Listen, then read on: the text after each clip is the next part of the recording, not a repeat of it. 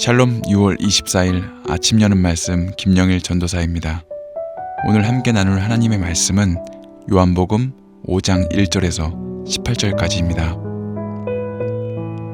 얼마 후 유대인의 명절이 되어 예수님께서는 예루살렘으로 올라가셨습니다. 예루살렘에 있는 양의 문 근처 기둥 5개에 있는 연못이 있었습니다. 거기에는 히브리 말로 베데스다라고 쓰여 있었습니다.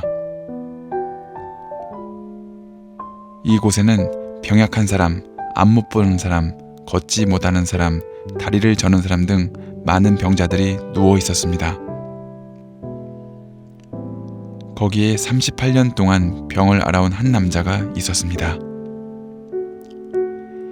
예수님께서는 그 남자가 누워 있는 것을 보시고 그가 아주 오랫동안 병을 앓아온 사람이라는 것을 아셨습니다. 그래서 그에게 물으셨습니다. 낫기를 원하시오? 병든 사람이 대답했습니다. 선생님, 물이 움직이기 시작할 때 제가 연못 안으로 들어갈 수 있게 도와주는 사람이 없습니다. 제가 물속으로 들어가려고 하면 다른 사람이 저보다 앞서 물속으로 들어가곤 합니다. 그때 예수님께서 말씀하셨습니다. 일어나서 당신의 침상을 들고 걸어가시오. 그 즉시 그 남자는 병이 나았습니다. 그는 그의 침상을 들고 걸어가기 시작했습니다. 그런데 그날은 안식일이었습니다. 그래서 유대인들은 병이 나은 그 남자에게 이렇게 말했습니다. 오늘은 안식일이오. 안식일에 당신이 침상을 들고 가는 것은 율법을 어기는 일이오. 그러자 그 남자가 대답했습니다. 나를 고쳐주신 분이 나에게 침상을 들고 걸어가거라 하고 말씀하셨습니다. 당신에게 침상을 들고 걸어가라고 말한 사람이 도대체 누구요? 라고 유대인들이 다시 물었습니다. 그러나 병 고침을 받은 사람은 어떤 사람이 자기를 고쳐 주었는지 알 도리가 없었습니다. 왜냐하면 그곳에는 많은 사람이 있었고 예수님께서는 이미 군중 속으로 사라진 뒤였기 때문입니다. 얼마 후 예수님께서는 성전뜰에서 그 남자를 만나 그에게 말씀하셨습니다. 보시오, 당신은 이제 다시 건강해졌으니 더 악한 일이 당신에게 닥치지 않게 다시는 죄를 짓지 마시오. 그 남자는 그 자리를 떠나 유대인들에게 가서 자신을 고쳐주신 분이 예수님이라고 말했습니다. 예수님께서 안식일에 이러한 일을 하셨기 때문에 유대인들은 예수님을 핍박하기 시작했습니다. 그러나 예수님께서는 그들에게 이렇게 말씀하셨습니다. 내 아버지께서 지금까지 항상 일하시니 나도 일한다. 이 말 때문에 유대인들은 더더욱 예수님을 죽이려고 안달하였습니다.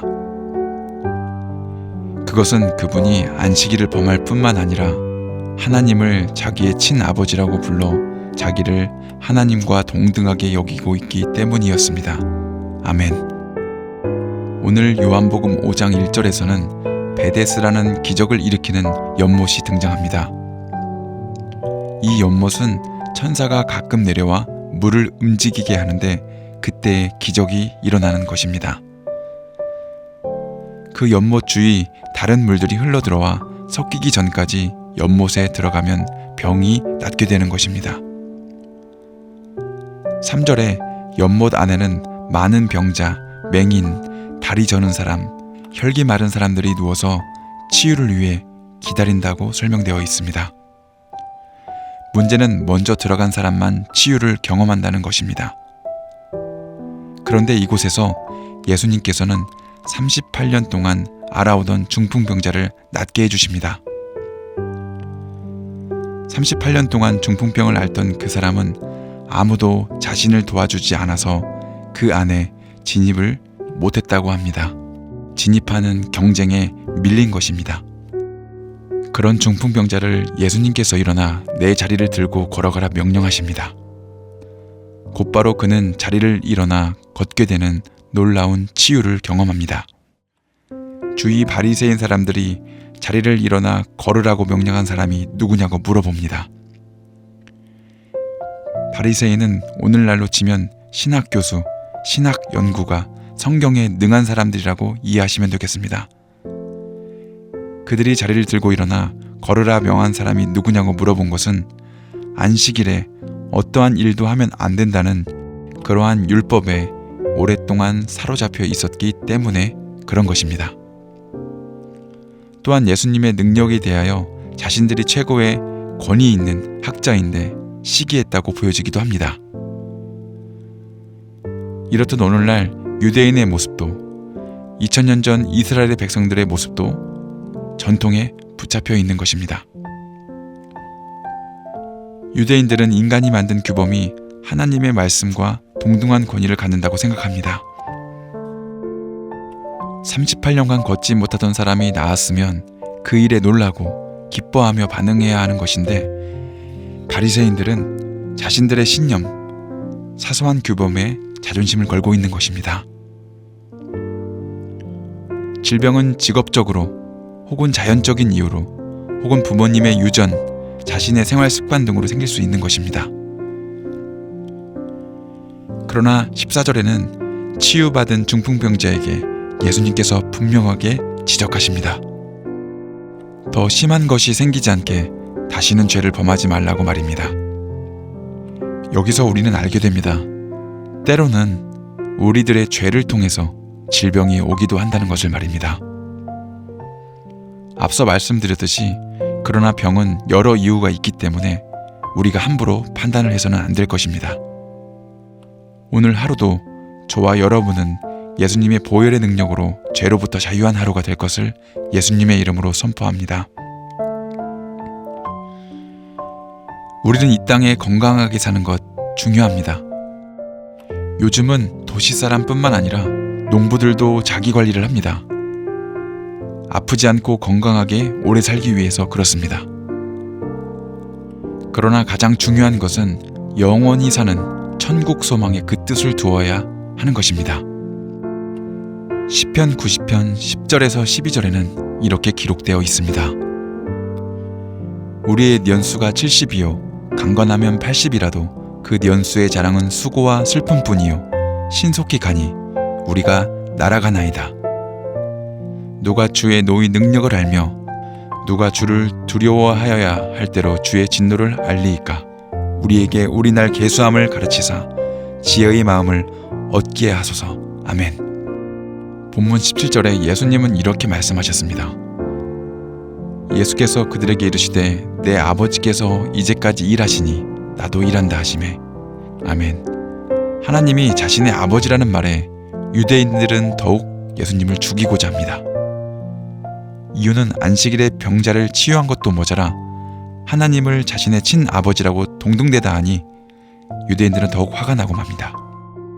여기서 얻는 교훈이 있습니다. 우리가 같은 분야에서 나보다 뛰어난 사람을 만날 수 있습니다. 인간의 높음은 끝이 없음을 알고 있어야 합니다. 예수님을 시기했던 바리새인들처럼 우리는 행동하지 않아야 하는 것입니다. 오직 우리는 예수님과 함께함으로 말미암아 내 영혼의 은총 입어 찬양 가사처럼 슬픔 많은 이 세상도 천국으로 화하도다. 천국 소망이 있을 때 우리는 참 행복을 누리게 되는 것입니다. 베데스다 연못이 아니어도 38년 된 중풍병자는 예수님의 이름으로 치유를 받았습니다. 오늘 지금 이 시간도 살아 역사하시는 예수님의 이름으로 여러분의 질병이 치유될 것을 선포합니다. 기도하시겠습니다.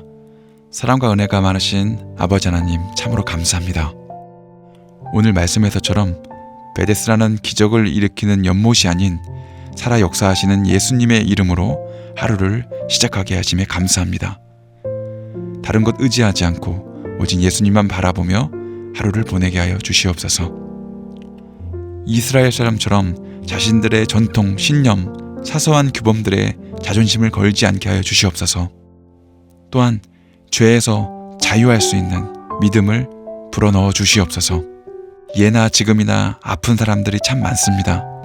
주님, 오늘 하루도 건강하게 지켜주시고 날마다 치유의 손길로 저희 가족을 보호하여 주시옵소서. 천국 소망이 날로 날로 깊어지게 하여 주시옵소서. 가족들을 위해 기도합니다.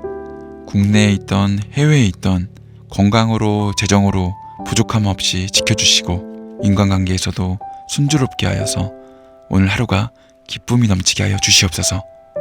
감사하며 사랑이 많으신 예수님의 이름으로 기도드렸습니다. 아멘. 오늘 준비한 찬양은 김대환의 아무것도 두려워하지 말라입니다. 이 찬양과 함께 힘찬 하루 시작하시기 바랍니다.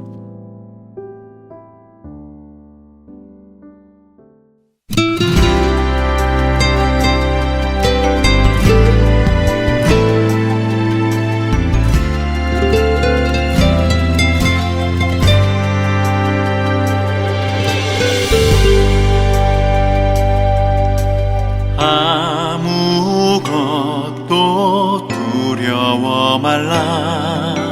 주 나의 하나님이 지켜주시네.